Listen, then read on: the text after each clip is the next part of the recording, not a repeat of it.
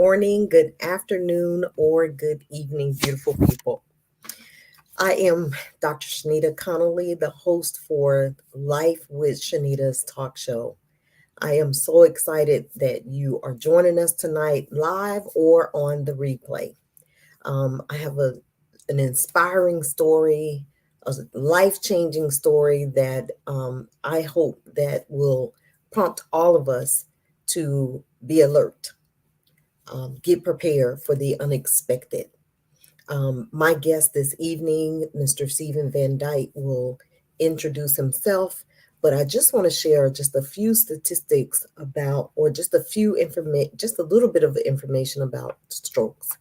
We're going to be talking about the impact of a stroke that has changed the trajectory of this family in a positive way. And Stephen will share more of that when he comes on. But when we think about strokes, we have to really take it very seriously. I know high blood pressure is something that's closely related to strokes. It's a silent killer in many instances. And so I want us to really think about making sure that we are monitoring our blood pressure, that we are getting checked for things that may seem out of sorts for us. And so when we think of a stroke is a medical emergency. And some of the symptoms of a stroke include trouble walking, speaking, and understanding, as well as paralysis or numbness of the face, arm, and legs. Early treatment, of course, with medication can minimize the brain damage, but we just want to make sure that we are very conscious about our health. And for me, with high blood pressure running in my family, I am very, very conscious of it. And so we want to encourage you all to do the same. Also, please like and share the broadcast. We want to make sure that others are, aware of this conversation that could definitely benefit their family. So if you would like and share the broadcast, we want to make sure that people hear this story. So without further delay, I am going to invite my guest, Mr. Steven VanDyke, in, and he is going to introduce himself to you all. Good evening. Good evening. How are you? I am great. How about yourself? I am well. Thank you so much for joining us to have this conversation about fighting, winning, and surviving through it all.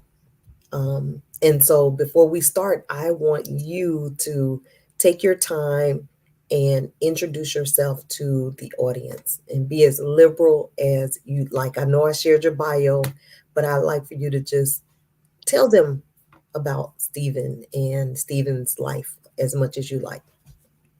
Wow. Well, that is possibly a movie if I was to share it all, but we won't have time for that tonight, right? Not enough time tonight, but my name is Steven VanDyke, as you have said. I am officially 49 and a half years old. So September, I will be turning 50. So welcome to the club. Well, thank you. But as far as myself, I was born September 2nd, 1973 in Kingston, New York. My family moved to Atlanta or College Park in 1977, right after my sister was born. My father wanted a better life for us, and so he moved here to Georgia. Went to Banneker High School in College Park.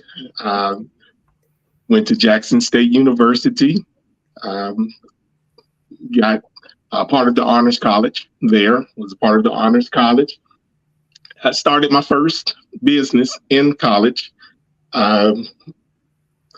Washing cars was the first thing I did.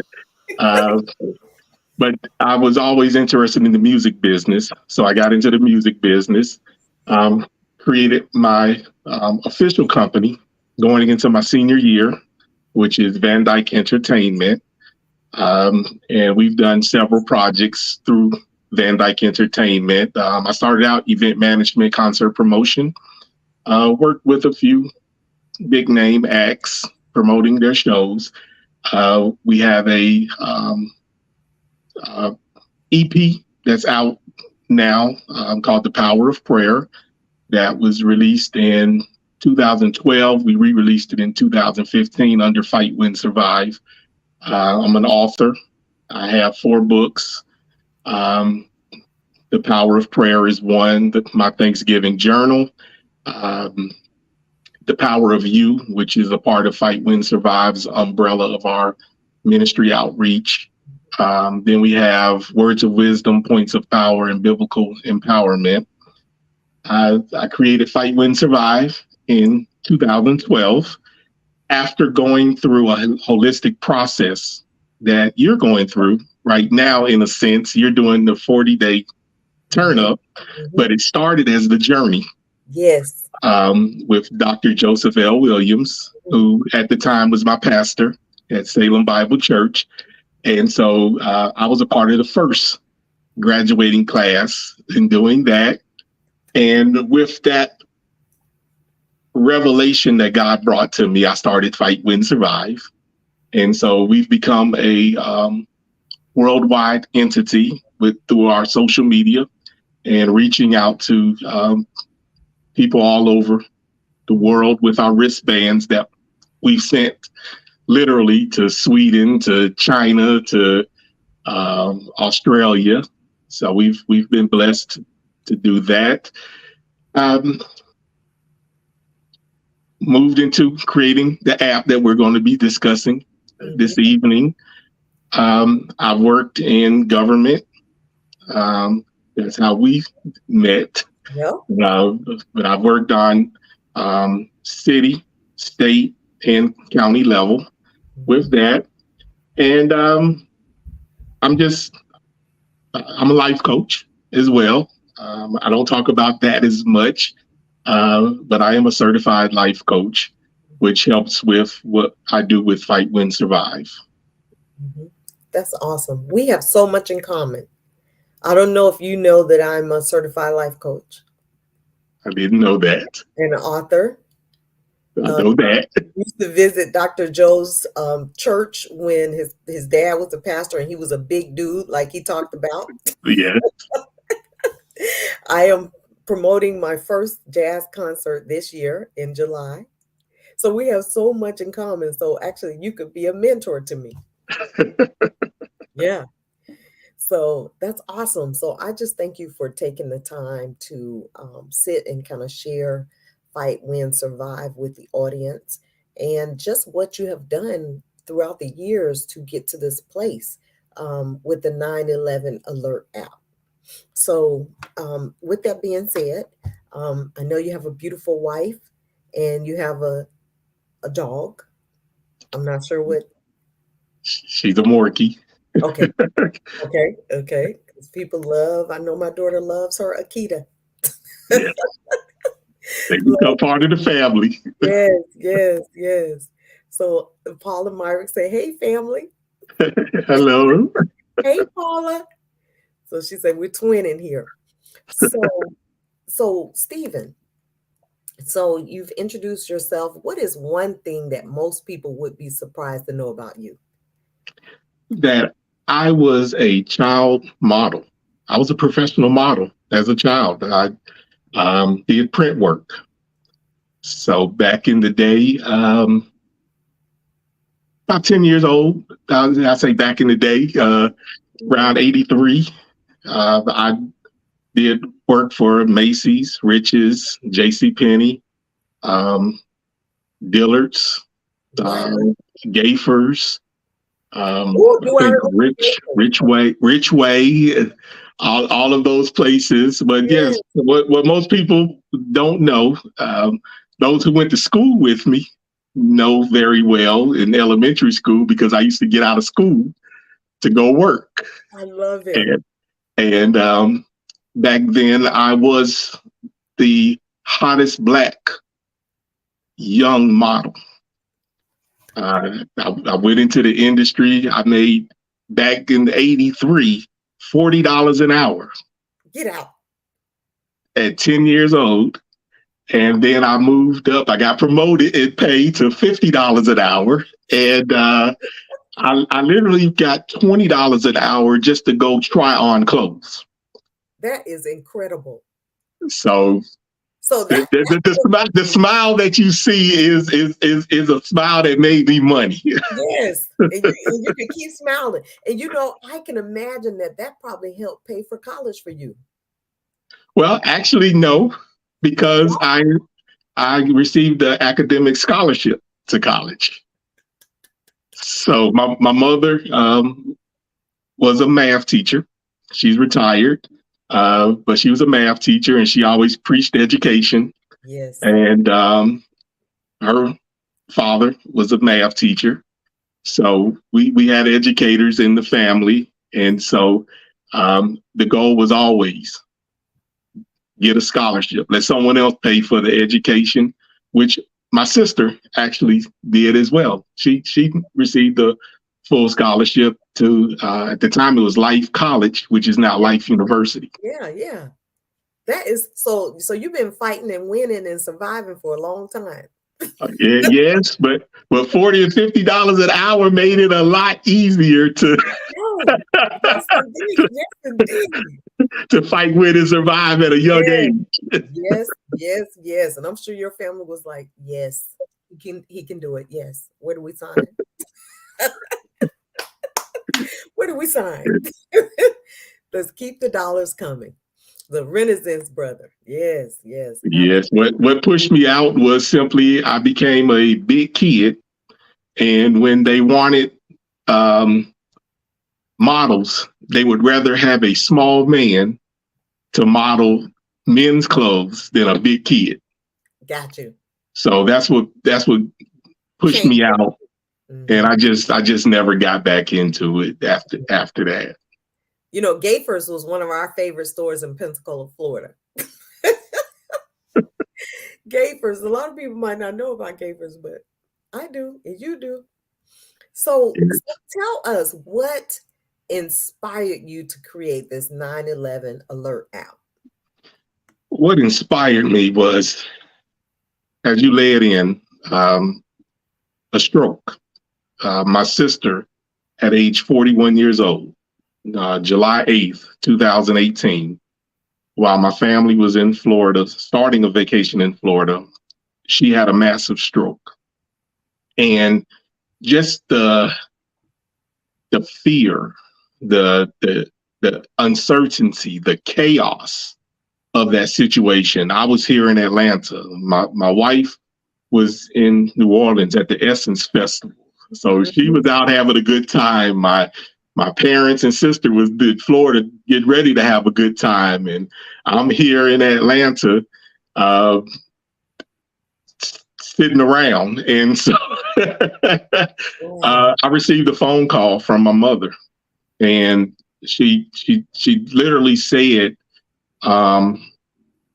is there any medication that your sister's taking that you know about? And I said, no, why?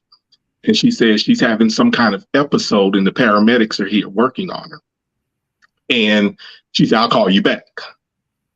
So during the course of that evening, that night, it was just calls and back and forth and everything. So after the dust settled, that we had time to really think and she got out of the woods because it was a life and death situation. She had the worst stroke, as the doctors have said, that anyone could have.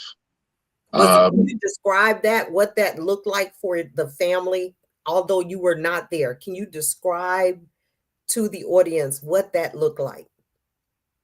It started as I hope I'm going to say the word right, ischemic stroke, but it transitioned into I'll say the hemo, because I can't say the full word without Right. looking at it. But what literally happened with her was the clot was so large that the drug that they usually give to dissolve it wasn't dissolving it fast enough. And they went in and they tried to suction it. And in trying to suction it, because the clot was so large, it's, as they were trying to pull it out the vessel, it started to bleed, which then caused bleeding on the brain, which then started swelling of the brain. So in the swelling, her brain started to shift. And so the doctors had to decide whether or not they were going to go in to her skull. And that was what the doctor decided to do. One, mainly because of her age. She was only 41. Anyone older, they wouldn't have taken that risk. So my parents had to make those type of life-changing decisions in seconds, in moments. They ended up only having to take a little part of the skull and raise it. And the swelling started to go back down. And so they didn't have to remove her entire skull, which was the plan. And the swelling started to go back down. But that was what she had. But from that experience, I've always been a creator, a thinker. And through that experience, I ended up looking at what could work, what was needed, what would be the situation if she was alone. Her daughter at the time was 8 years old. What would be the situation if the two of them were alone? And that's where the app came to mind. It's something that would notify others in a situation. I love that proactive idea that became a reality. The 911 alert app. So talk more about the app. Well, off of that experience, I sat and I wrote down everything, every single feeling, emotion, thought that I could think of. I always have a notebook near me. I have one near me right now. It's I tell everyone who I life coach to keep a notebook. Whatever you think, whatever you feel, because you never know when that idea might come back to you, might come back full circle. You might meet someone years later who can turn that dream into your reality. But you have to be prepared. You have to have it. So as I wrote everything down and I looked back at it, I said, okay, this is what happened with my sister. The stroke happened right in front of my mother. Getting assistance wasn't something that was an issue for her in that situation.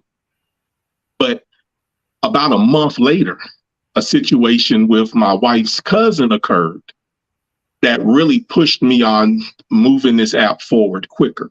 And the thing with the app was, number one, if any of us were to call 911 right now from our cell phone, no one, well, Apple has a version of it now, but in theory, no one knows you've called 911. 911 has gotten better over the years with their technology, that they are able to now locate calls, but previously they were not. But the first thing this app does is when you call 911 through the app, it sends a text message to your emergency contacts. So there's a bit of pre-planning that goes into this. You think of who your emergency contacts are going to be. So they receive a text message that literally says where you're located. So it says the time the call was made and what address that you're located. And so then I thought about, from our standpoint, the communication piece. We were all over the place. I was talking to my mother. I was texting my mother. I was talking to my father. I was texting my father. I was talking to my uncle and my grandmother, who was alive at the time, and texting my uncle and my aunts. And it was just so A lot. much. And I just imagined if I was at the hospital as well. That wears anyone out when you're trying to wait and see what the doctor is going to be telling you. And every time the doors open, obviously you're looking, trying to see, and then you're taking calls, you're doing all that. So the app I created that has a chat feature. So all of your emergency contacts through the chat are linked together. So whatever question one person has, everyone can see. Whatever response, everyone sees. So everyone is literally on the same page. Mm-hmm. That was the part of it that I saw that is needed in emergency situations. You don't have to try to formulate a group text, trying to remember people. You've already planned ahead because you can add your emergency contacts when you get the app. The third part of it was simply tracking the phone.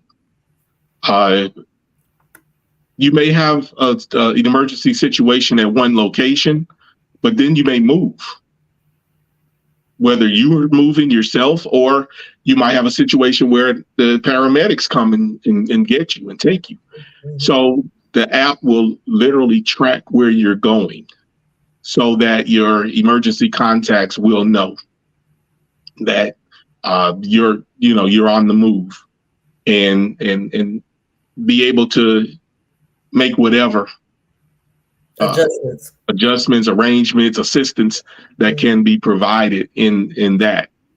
And so those were the three main things that I saw that needed to occur. And then in my wife's situation with her cousin, had a heart attack, called the paramedics. Paramedics came, got her. At some point, as my understanding is, either en route to the hospital or at the hospital, she passed. But she called 911 from her cell phone. And she was in the morgue for about a week. No one even knew that she had passed or where she was. And so in the family. The family. And she was a Jane Doe in the hospital until somebody, from my understanding, from hearing the story through family, to someone went back to the house where they got her to then go through her purse and find identification to then know who it was. But with the app, she would have notified at least one emergency contact that would have known she called 911 and know that she called from her home. And so that pushed me to create the app. Really, when that happened, I had to go create it. I put out the assignment for it. There's a website called guru.com where they have professional companies and freelancers. And when I put the job out for bid, I literally had, within 24 hours, over 100 bids from companies and individuals who wanted to create this app. That let me know if I was on the right page. I was doing something. Yes, that is brilliant.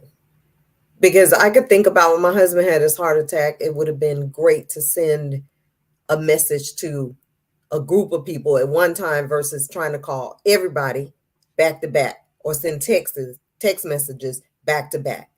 So that's brilliant. Put them in a group and send the message out one time versus the group creating the group at the time of the incident. It's already pre-planned, as you said. Right. And you always forget someone.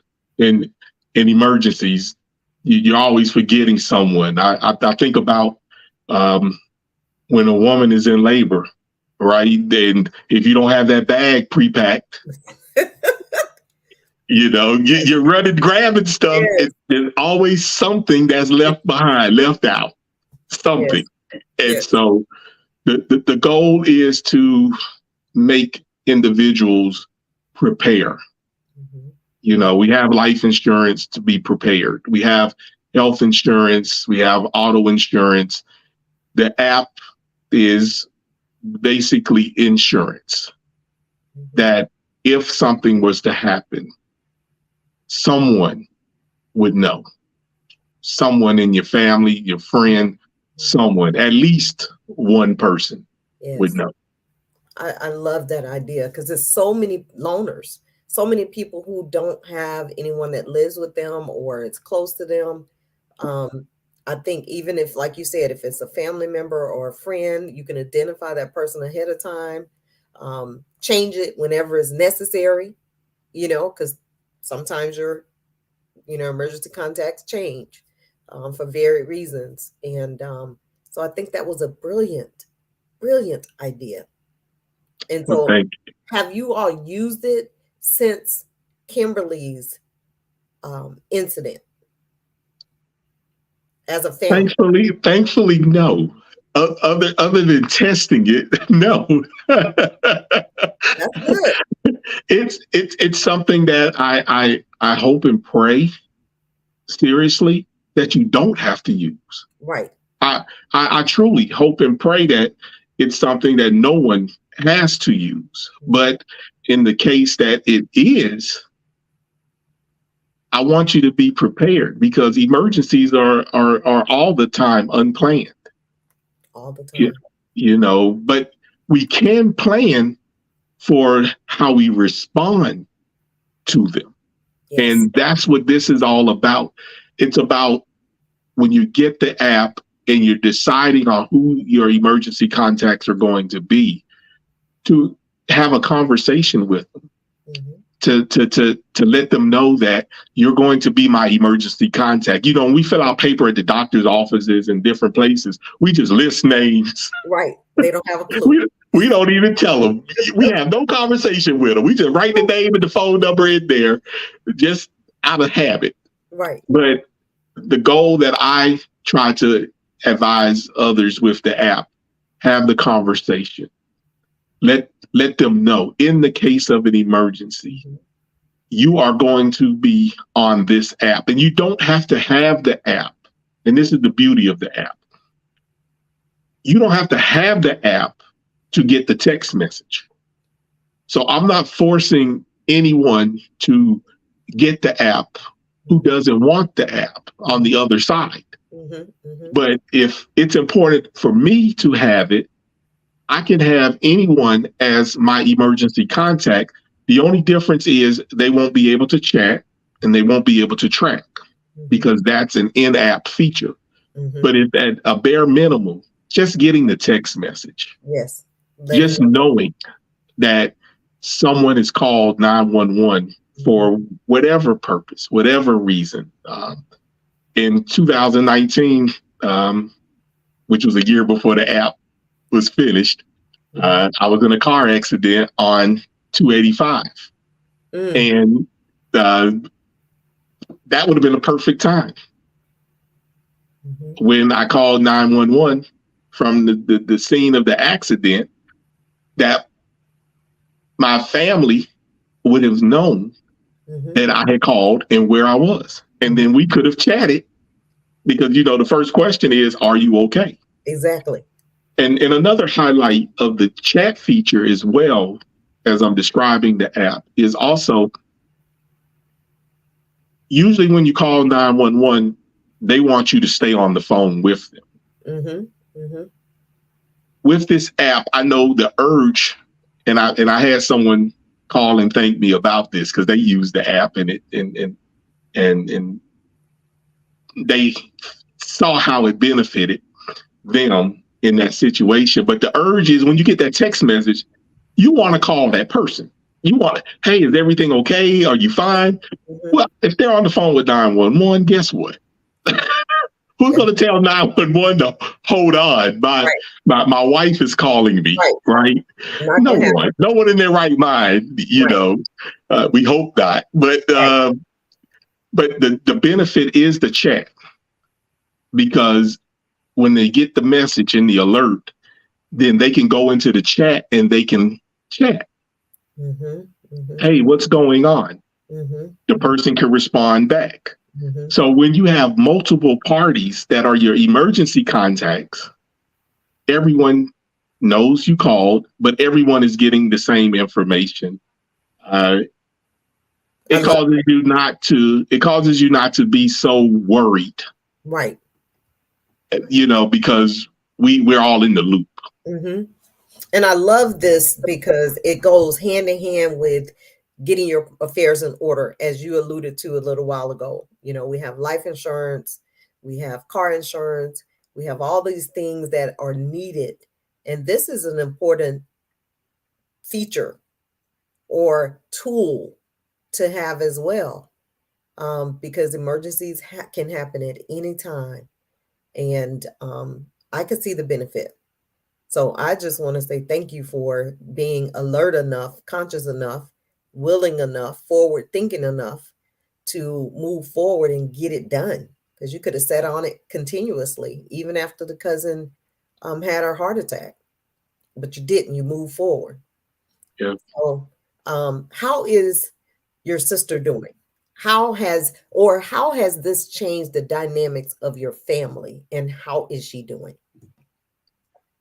It totally changed everything. Everything with our family is no longer the same. She's total care. But her overall well-being is, first and foremost, she's here, considering the alternative. Mm-hmm. The stroke took her vision, so she's blind. Mm-hmm. But as far as everything else, there's been no other issues that she's had since the stroke. It's just the after effects of the stroke. Her right hand is cupped. We've been working. We have a personal trainer that works out with her 3 times a week. We've shared her story from day one on Facebook. Mm-hmm. From the time that I flew down to Florida, and we gave updates. We've been very, very transparent with her care, and I have a reason for that. With my prayer book, the prayer book has the name of the person that you're praying for and what you're praying for them for. Mm-hmm. And I'm very intentional when it comes to prayer. My belief is that if you want, to hit something, you have to target whatever that it is. We go to church and the minister gives a blanket prayer, but I need a targeted prayer. So we made sure we target my sister with prayer, with the support and everything. But overall, she's good. She's coming along. We're working on getting her to the point of being able to stand. She hasn't stood on her feet in almost 5 years. Mm-hmm. We're working on waking up the nerves and everything. From this experience, I literally invested in a stroke rehabilitation company. And right now we're working on trying to get her into the Shepherd Center to help move her along a little more. And the Shepherd Center actually uses some of the products of what I invested in. Awesome. Because I'm intentional with what I invest in as well. I tell friends of mine all the time, if I see you walking around with a Chick-fil-A cup or food, and you go to Chick-fil-A every day, have you purchased any Chick-fil-A stock? Right. Own a piece of what you're using and doing every day. Don't just give money away. Turn that into an investment opportunity for you. So as people see you with it, then maybe you could turn that into a dividend check. There you go. Can you say that again? Because you're right. You're right. You're teaching a lesson. Yes. Yeah. So with this experience with my sister, I literally went out and invested in a stroke rehabilitation company. We're using their products. I love it. So, with God's will and God's blessing, we can get her to a different quality of life. Mm-hmm. Then those products helped. Yes. And those products are what I will push. And that dividend check is what I will look for from the company. Yes. And being an investor. Yes. So, yes. How is mom and dad and the children adapting to this whole change of life? How have they done over the years? It's rough. My parents are both in their 70s, and they're in total care for their daughter. They're the day-to-day of everything. My niece is with my parents. So my mother is trying to raise her to be a young lady. She's 13 now. Mm-hmm. But it's tough. It's a lot of stress, a lot of pressure, a lot of sleepless nights. Mm-hmm. When 2020 hit and starting 2020, just to give a little background of the toughness of it, my mother broke her hip, had to have emergency surgery. I was joking with the family and said, I got to do whatever I need to do to keep my father propped up. On the front end of COVID, he came down with it, had to go into the hospital, had to be put on the ventilator. Oh, my. I had to stay out of the house. Right. Because he wanted me to take him to get tested. He wanted me to take him to the hospital when he had to go to the hospital. And I'm like, Daddy, I can't come over there. I can't be around y'all. Because they all were in the house together. And my nephew had come from college. And I'm like, if this goes sideways, someone has to be able to manage this. So I had to stay away from everyone. Wow. And I had to call every day and make sure they were checking everyone's temperature, all the stuff they were telling us with COVID. I was calling, how do you feel? What's going on? I'm on the phone with the hospital talking to my father's doctor, all of that. So we as a family we've really had to fight, win, survive in many aspects. My nephew, it affected him at school. He was at Grambling State, had just finished his freshman year when his mom had the stroke. He was in North Carolina playing baseball because he was a baseball player. Mm-hmm. When the news came down that, he ended up leaving the team and staying here with us for the summer, but went back to school. But nothing has been the same. Right. And nothing will be the same. That's the cross we all bear in our family. Mm-hmm. Mm-hmm. But we keep the faith. Right. And you're a unit. You're working together. Right. Everyone has a role. Mm-hmm. My parents are the day-to-day caregivers. My wife is a medical social worker, so she helps us navigate the medical arena. Mm-hmm. I'm a practicing attorney. I love it. So I'm reading up on stuff and figuring stuff out and talking to attorney friends and everything. And I used to work for a judge, so I learned a lot in the profession. And so I'm the family advisor. I'm the one who advises on all the stuff that's going on that we need. Mm-hmm. My aunts, my mother's two sisters play a valuable role with the family when they need to do something, that they come over to stay with my sister and make sure she's fine.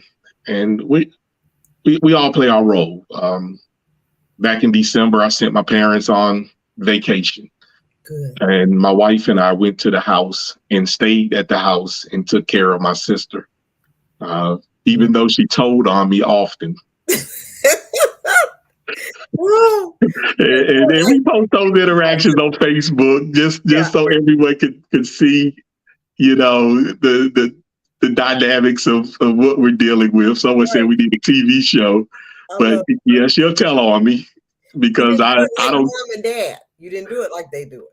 I don't give in. She wants something. I tell her no.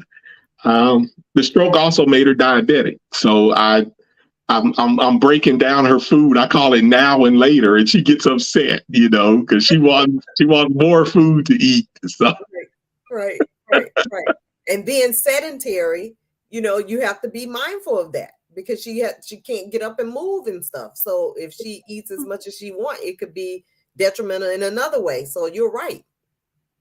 Yes. So you have to be conscious and make those decisions. And I know it's probably hard for mom and dad because it's hard for them to see their baby girl in that condition. So for them, they're like, whatever you want, sweetie, whatever you want. And then you come over, no, let the hammer down. Well, my father's good at maintaining and making sure her sugar level stays where it needs to be. Good. Gives her a little taste of this, taste of that. I'm just the hardcore one that you're not getting that, period.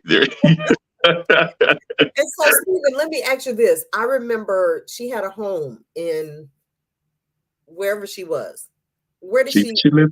She lived in Clayton County, Fayetteville, Clayton County. Okay. So, and she had to sell, or you guys sold the home. Did you have to go and get a power of attorney or any documents to facilitate that? Yes. In 2018, because she didn't have a power of attorney, which, again, most of us don't. Yeah, we don't have none of that paperwork in order. After the stroke, my parents had to get guardianship and conservatorship. So to be able to handle all of her business, we were blessed that, one, I knew her social security number. And second, between us putting our heads together, my nephew knew her password to her email address. So we were able to gain access to her email account, and we were able to handle the business. And I built a spreadsheet of all of her bills because either they were coming in physical form to the address, or as we have now, the e-bills that we receive. So we were able to do all of that. Because I had access to her email, I was able to change, passwords to get into accounts. So from the outside, if anyone didn't know she had this stroke and condition, her life went on that no one would have known. Every bill was paid. Everything was taken care of the whole time. And yes, because they had the conservatorship and guardianship paperwork in order, we were able to sell her house. I'm so glad that we're having this conversation, and I hope that people are really listening and will take the time to set their affairs in order before something happens. In all areas, because we never know, and I don't know if she had a bank account and she was the only one on the bank account, or, once your parents did the guardianship and conservatorship, they were able to have access. But a lot of times we don't think about that, particularly if we're the only adult in the home. Well, there's no need for anybody else to be on this account, and we don't have a power of attorney so they can handle the business during the time of an emergency. Or, it just makes things complicated, and you have to spend more money, like I had to when my husband had a heart attack. You have to spend more money going to probate court versus if it was in order up front. You still have to spend a little money, but it's just a different arrangement of things. Yes, and when we had to do the paperwork, the first thing I was doing was looking out for one of my attorney friends who could do the paperwork for me. Mm-hmm. Yeah, and how much would it cost? And um, a, a friend who's a judge in Clayton County, um, who knows me well, said, "Steven, you could do that. Mm-hmm. Fill out the paperwork and save that money." And Mm-hmm. I did. Yeah, I ended up doing mine too. Yeah, I did. After some of the prices I was getting, I was like, we can't afford this, and then you had to pay probate, Yeah. and then it was an emergency. Mm-hmm. And so you had to So expedite. There's a fee so for that. that was another extensive fee. Mm-hmm. So um, we've definitely used this experience to give others insight. A childhood friend of mine that went to Salem with me, recently her brother had a stroke. And so we've talked several times, and I've given her insight into what we were dealing with, what they can expect, and everything. Mm-hmm. And the thing that I've also told my parents to do, which my wife and I started, and we need to do more of it, is all of those accounts and things, information, we don't want to necessarily give it and pass it around. You can keep it in your own house, Yep. but have it on something, a thumb Yes. drive that Yes. lists Yes. those items. Because with my sister, we started from zero. Mm-hmm. We had none of her information. Right. None. I just happen to know her social because it's almost close to mine. Right. Like me and my brother. Mm-hmm. It's almost close to mine. Mm-hmm. So because back when we were younger, and I had to get the social to work Mm-hmm. Mm-hmm. when Yep. I was the model. Yep. Yep. So they weren't given at birth. So my sister, my parents put both of us in the modeling. I was just the one that Thrive. was the most successful and got the opportunity. Mm-hmm. But because they got them right there together, ours was very similar. Yes. Yes. So I just happened to have known hers. Mm-hmm. That helped us tremendously with a lot. And people don't think about, like, for instance, your sister could have had several bank accounts. She could have several insurance policies. She could have several investments. And if your family is close enough where you're talking about all that on a regular, then you might know. But if you're not talking about that, and you need to make sure that you got all this stuff somewhere, because now she's at a place where she's not probably able to facilitate much of that without you all helping, right? Yeah, well, she can't do any of it. That's what I'm saying. Nothing.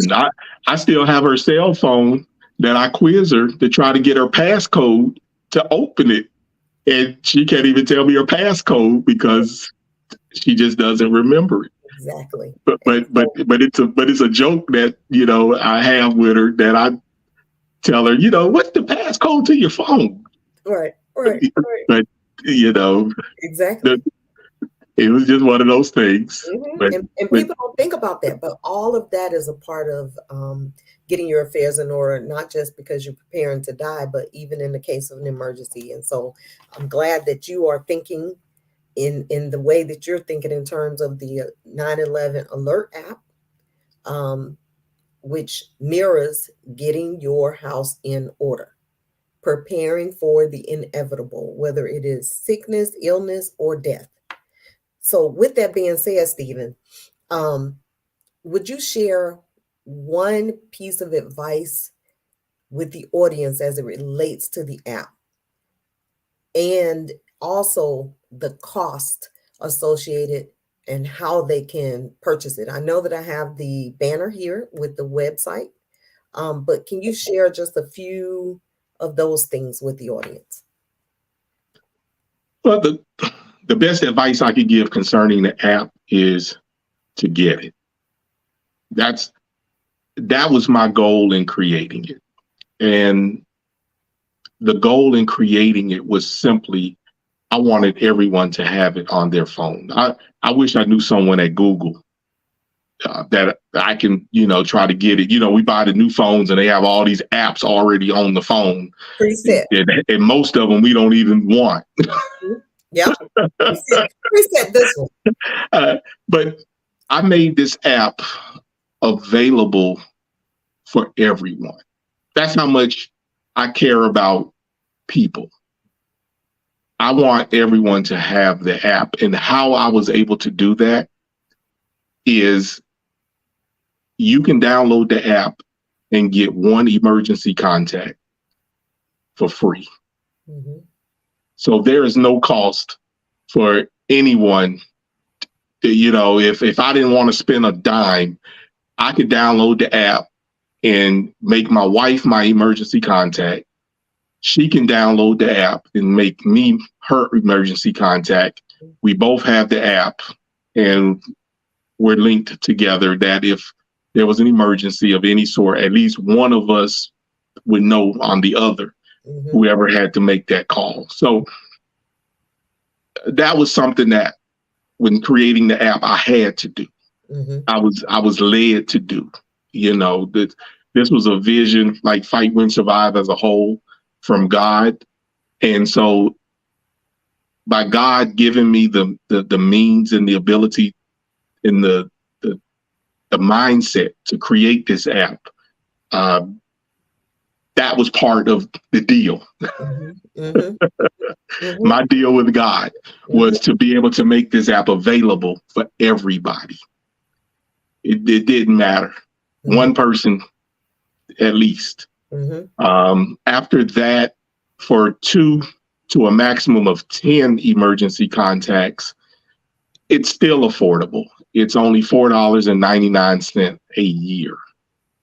So we need everyone that's listening or watching to really go into www.911alert.app.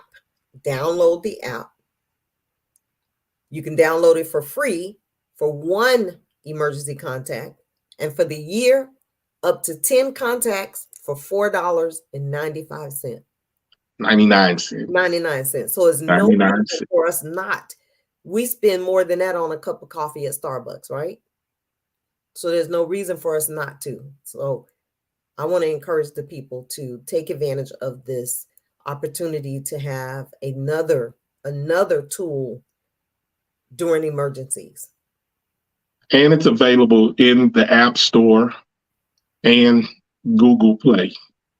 So the website gives a little more information, background, talks about my sister, but you can also go to the App Store or in Google Play and simply type in 911 alert and it'll pop up right in there as well. Mm-hmm. And so you can pay for 1 year at a time, or you can pay for multiple years. It's 1 year at a time. 1 year at a time. And it'll send you a reminder prior to 30 days prior. You get a notification.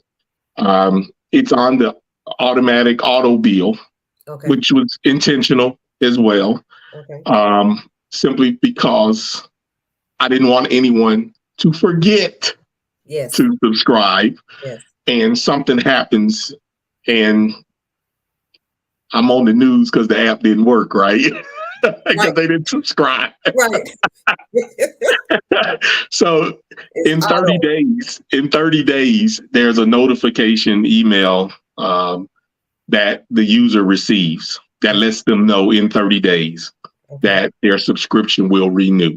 Okay. And if, they chose not to renew, they can do that at that time, or they can just go through and resubscribe. It's not one of those apps either that you're going to use. I tell people all the time, it's not one of those apps. It's one of those apps that will fall in if you have one of those cleaning things on your phone that says uninstall unused apps. It's always going to be in that list.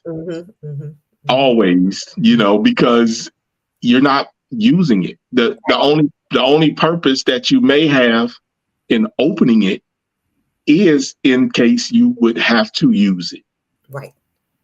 But here's another feature of the app too, right quick, to let you know that the app can also be used as a non-emergency communication device as well.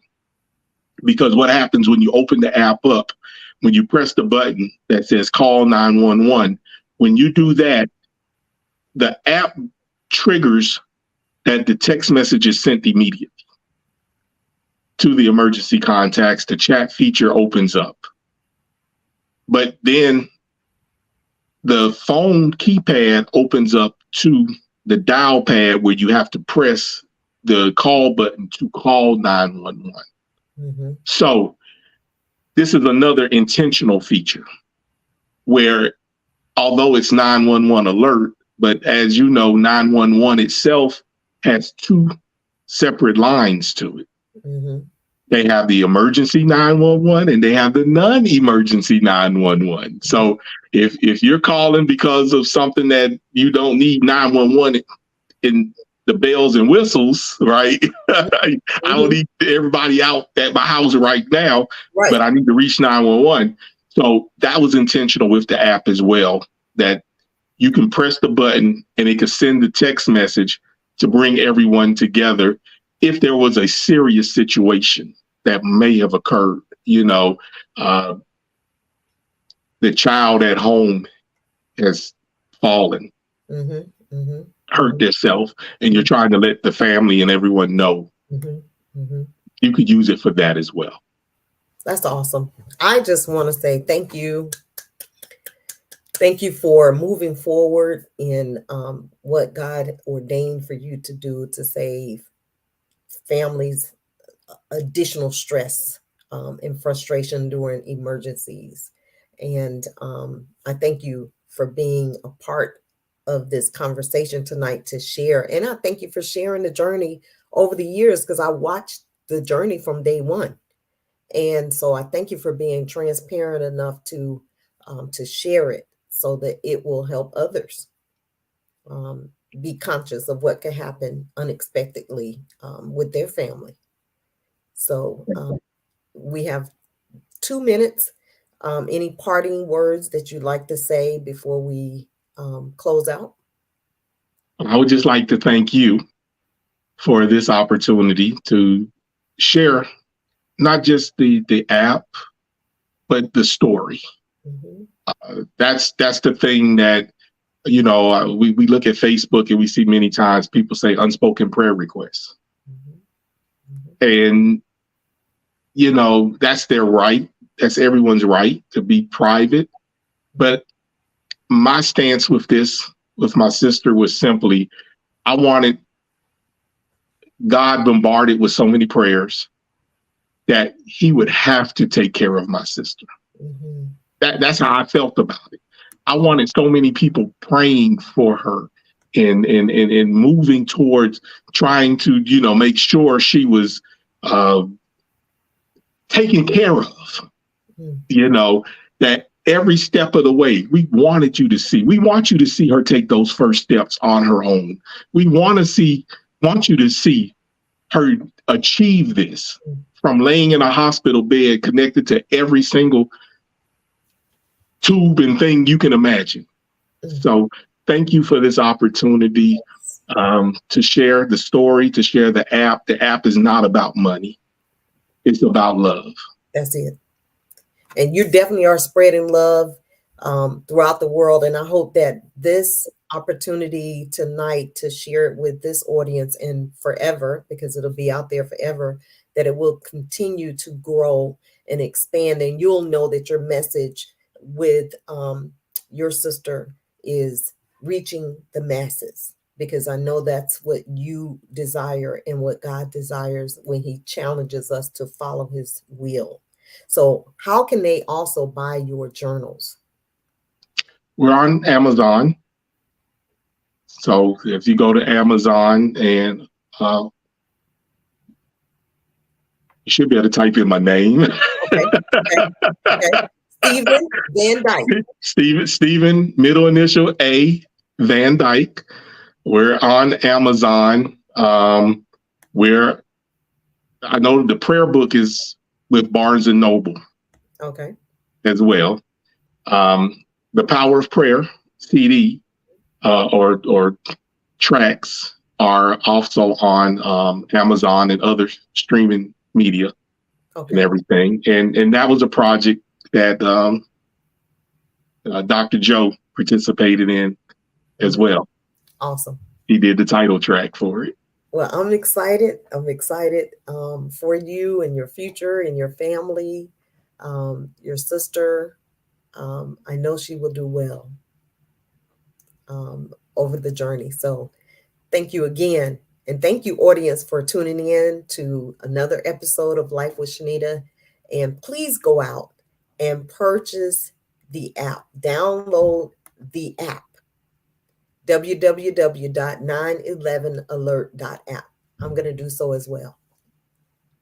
You guys have a great evening and thank you. And join us again for another episode in 2 weeks. Take care.